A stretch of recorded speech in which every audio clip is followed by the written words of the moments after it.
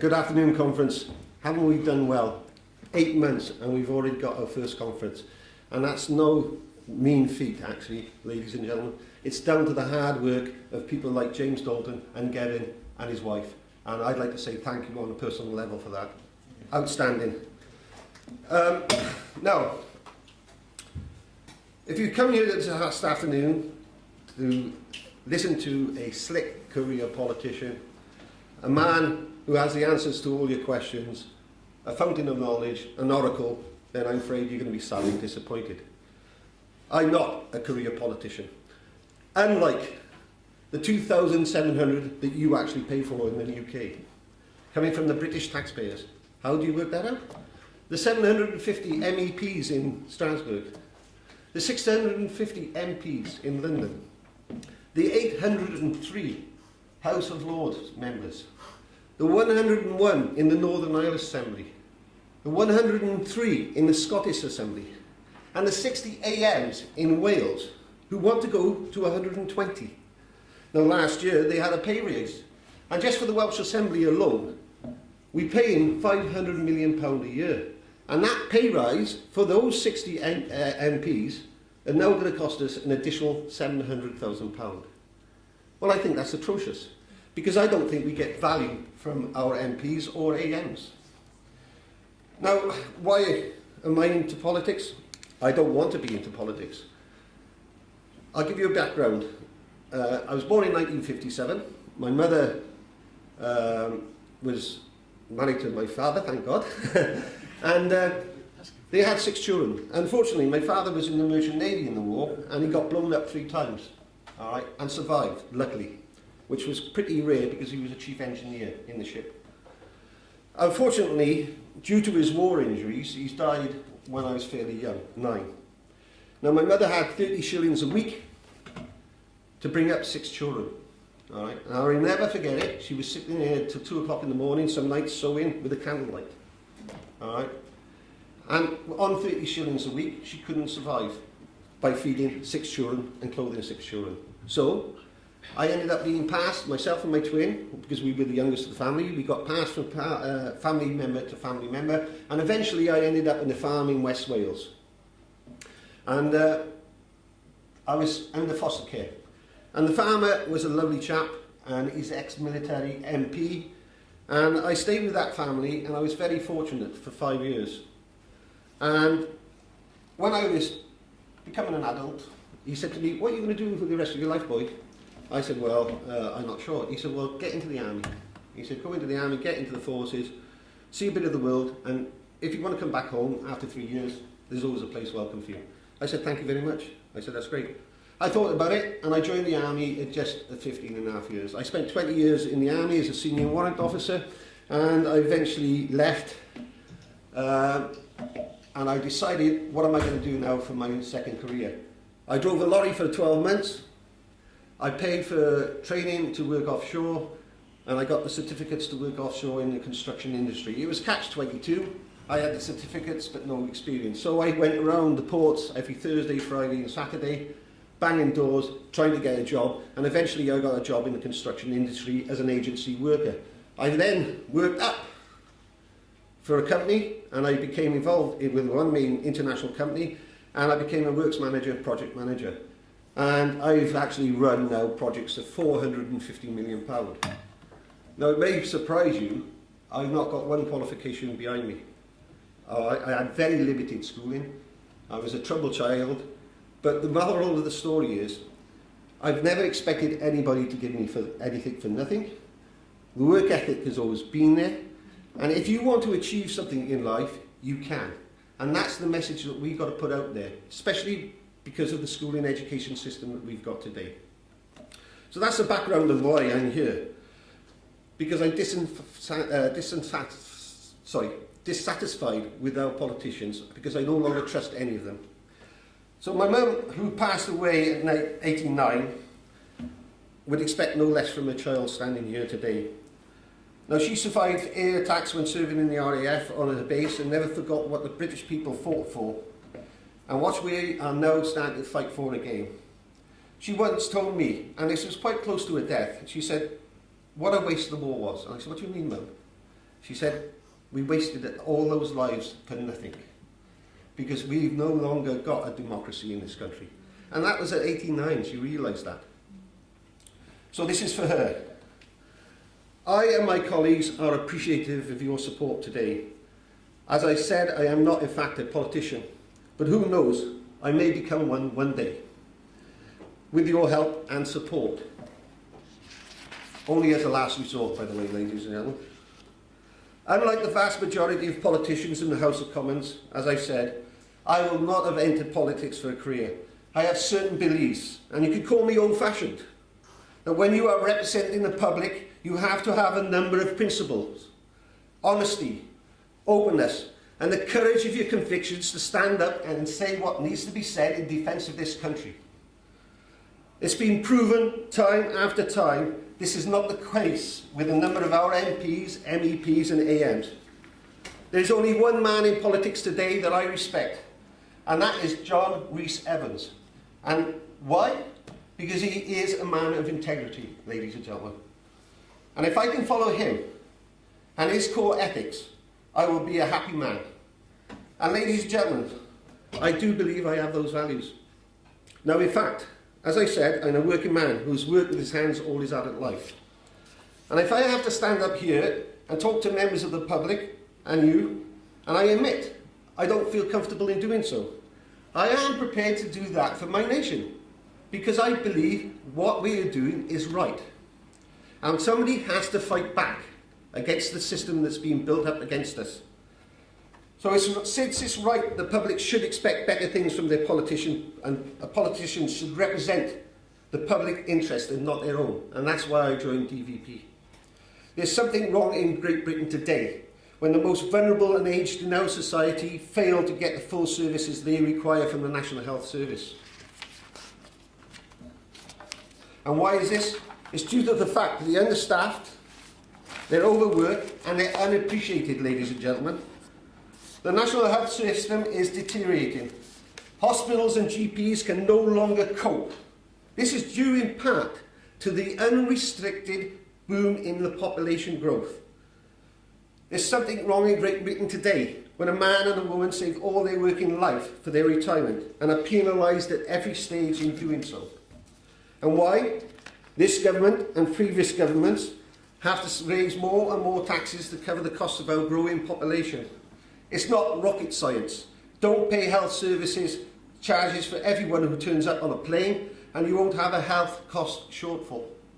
Don't invite 300,000 people in per year, and you won't have to build 240,000 new homes. Now, there's something wrong in Great Britain today, ladies and gentlemen, and it beggars belief. There is something wrong in Great Britain today when a young man, and this, I'm talking about my own nephew here. He's 26.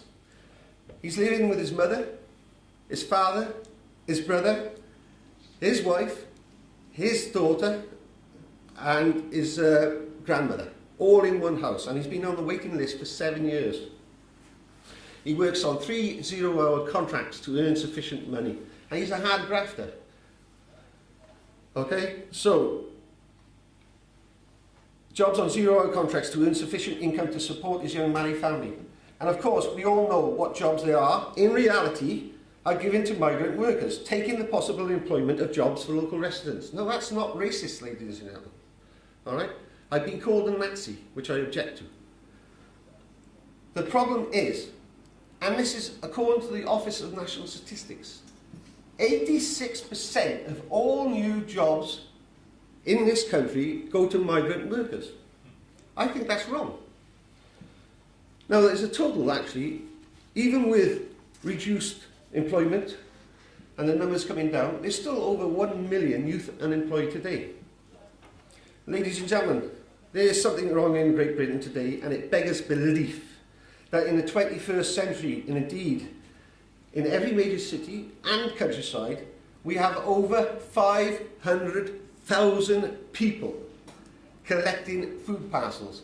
85,000 in Wales alone. That's gone up in 2 years from 35,000. In Swansea East, my district, we have 5,000 419 children, exactly, below the poverty line, unable to have 3 cooked meals a day.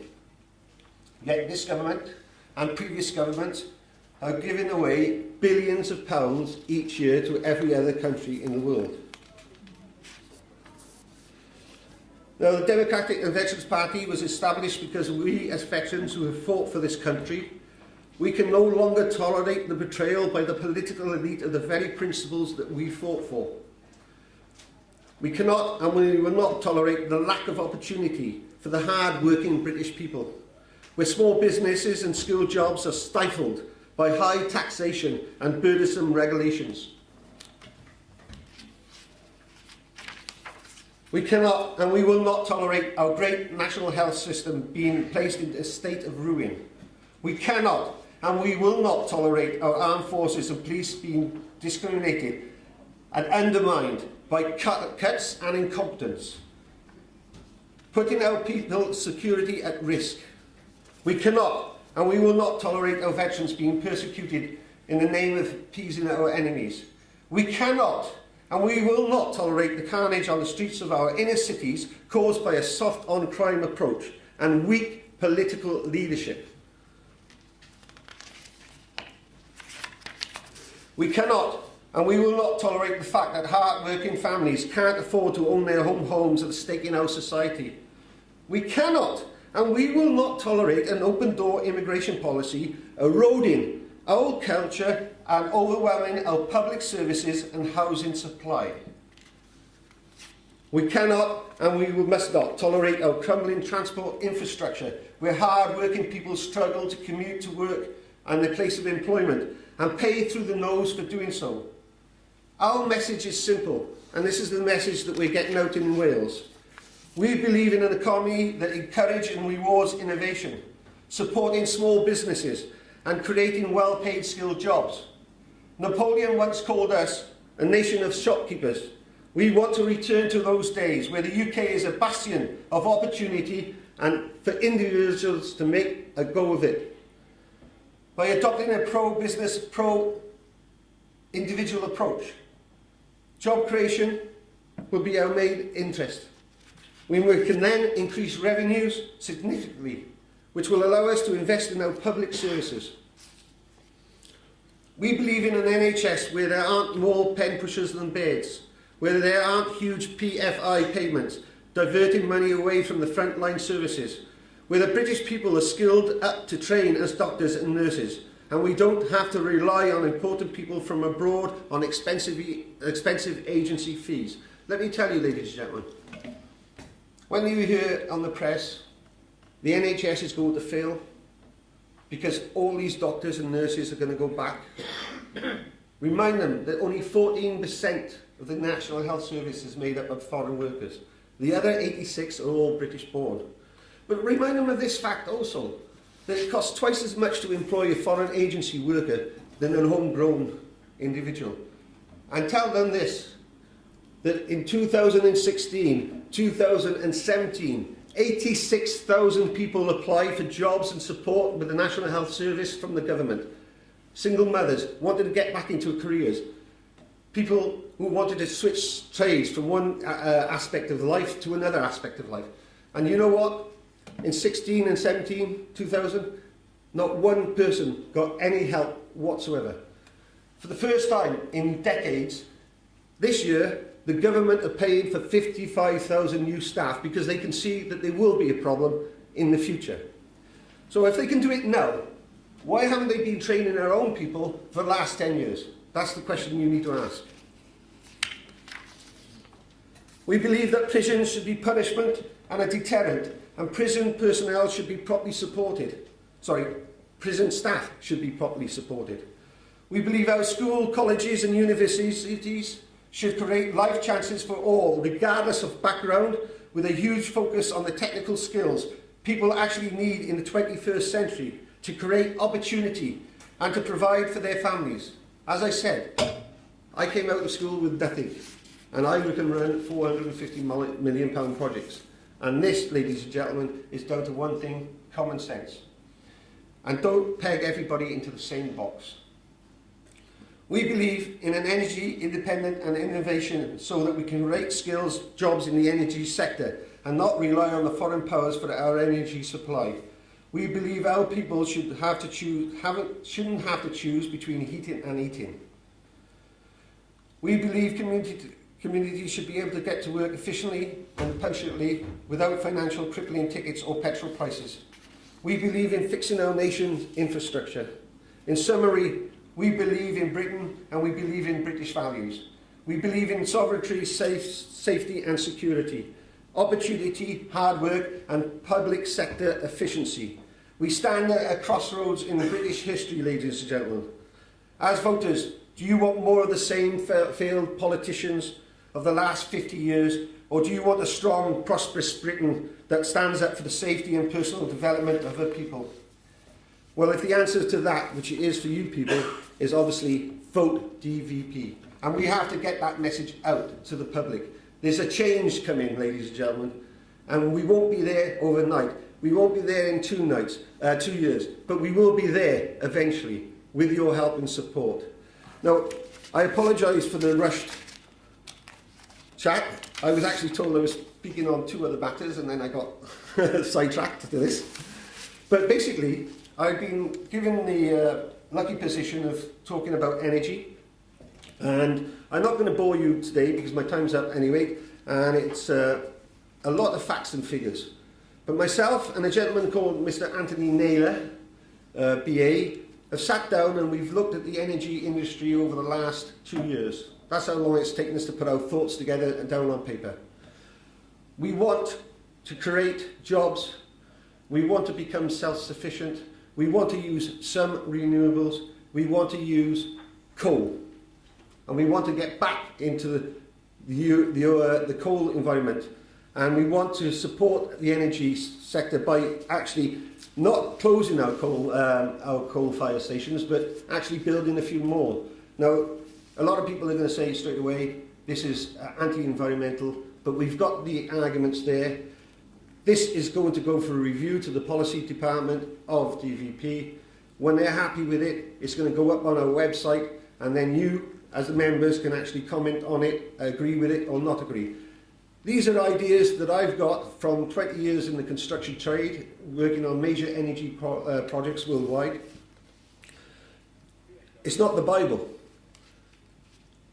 It's my ideal. I would love to see it implemented, all right? But it won't be down to me, it won't be down to you, it'll be down to the public. Well, ladies and gentlemen, I appreciate your time this afternoon. I'm sorry if I was a bit garbled, and I apologise if I was a bit rushed, but 15 minutes is not a long time. Thank you.